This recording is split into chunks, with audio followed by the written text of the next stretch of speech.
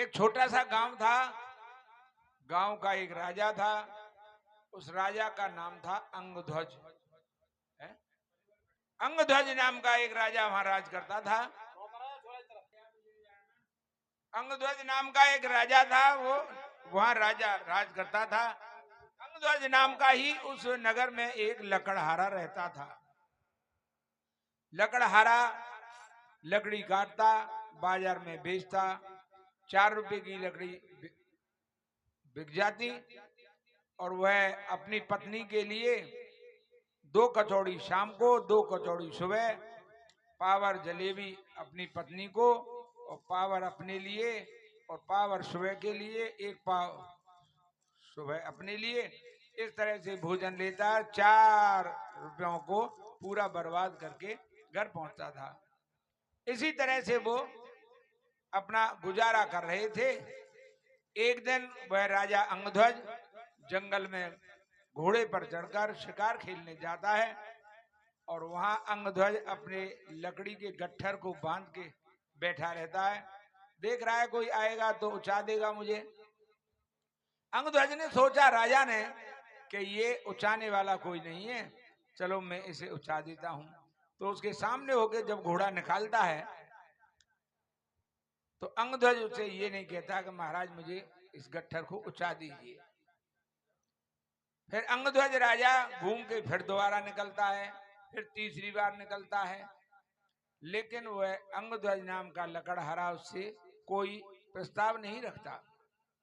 जब अंगध्वज नाम का राजा कह रहा, अरे तुमने मुझसे ये नहीं कहा कि महाराज उछा दीजिए, कि महाराज आप राजा हैं, आपको मैं आदेश कैसे दे सकता हूं, मैं तो एक लकड़हारा हूं, लो चलो मैं उछा देता हूं। जब वह राजा अपने घर पहुंचा तो रानी से कहने लगा, रानी कि हाँ महाराज, अंगध्वज मेरा भी नाम है। हाँ महाराज, और अंगध्वज नाम का इस नगर में एक लकड़हारा भी रहता है। क्या महाराज? रहता होगा, और वो लकड़हारा है और अपना गुजारा लकड़ी बेचकर करता है और मैं राजा हूं। तो वह कहने लगी, रानी महाराज वाके घर में कुलच्छनी होगी, वाके घर में कुलच्छनी होगी और तुम्हारे घर में लक्ष्मी है। राजा ने कहा, रानी तू लक्ष्मी है तो तेरे भाग से मैं राजा हुआ हूं? कि हाँ महाराज, हमारे भाग से ही तो तुम राजा हुए, वाके घर में कुलच्छनी है। सुबह जब शिकार खेलने के लिए राजा गया तो रानी से को आदेश दिया, रानी हाँ महाराज घोड़े पर बैठो। क्यों महाराज? बैठो घोड़े पर।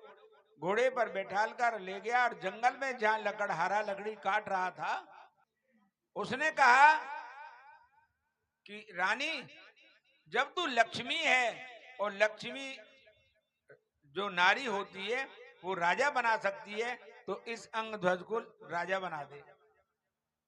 रानी को, लकड़हारे को राजा बना दे। अब रानी को उतार दिया घोड़े से और कह दिया कि अब राजमहल मत आना, तुम इसके साथ रहना।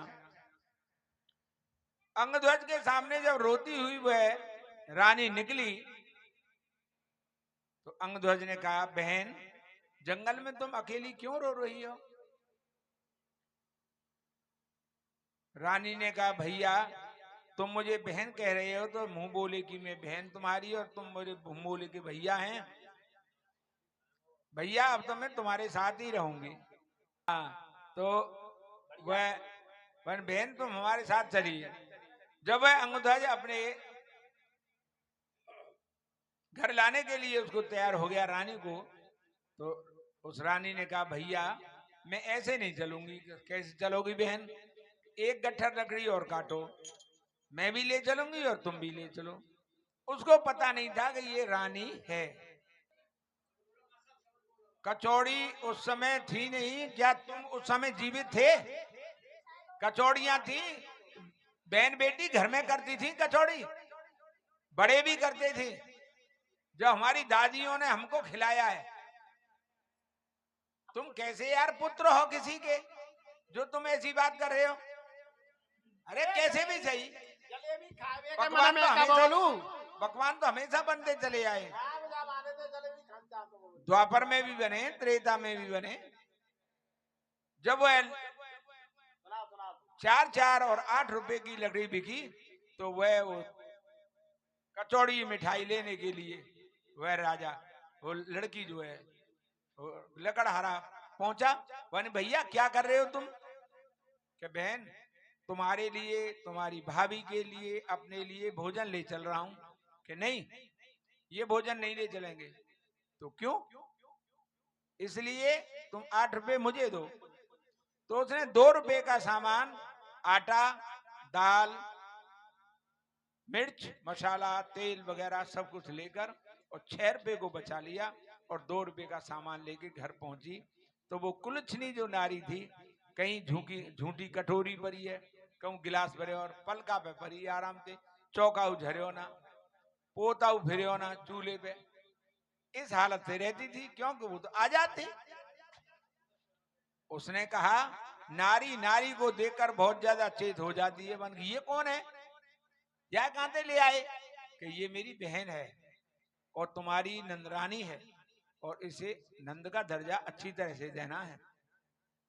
जब उस लड़की ने कहा भाभी तुम इस तरीके से क्यों रहती हो? कि आते ही तुमने तो मुंह पे प्रधानाध्यापक दिखा दी कि हाँ देखो तुम्हें ऐसे नहीं रहना चाहिए, कितने गंदे कपड़े हो रहे हैं, कपड़ों को साफ रखना चाहिए, चौका और चूल्हे को झाड़ पहुंच के पोता फेरना चाहिए, और ये बर्तन इधर उधर पड़े हुए हैं, ये नारी के कर्तव्य नहीं है, नारी का काम नहीं है। भाभी इस तरह से रहना चाहिए, लो इस भोजन को बनाओ। तो जब उन्होंने भोजन बनाया तो शाम को जब भोजन किया, बहुत दिनों के बाद ये भोजन मिला तो बड़ा आनंद आया और उसे सुबह कह गई भाभी इस तरह से ये काम कर लेना आप, हम दोनों लकड़ी काटने के लिए जा रहे हैं।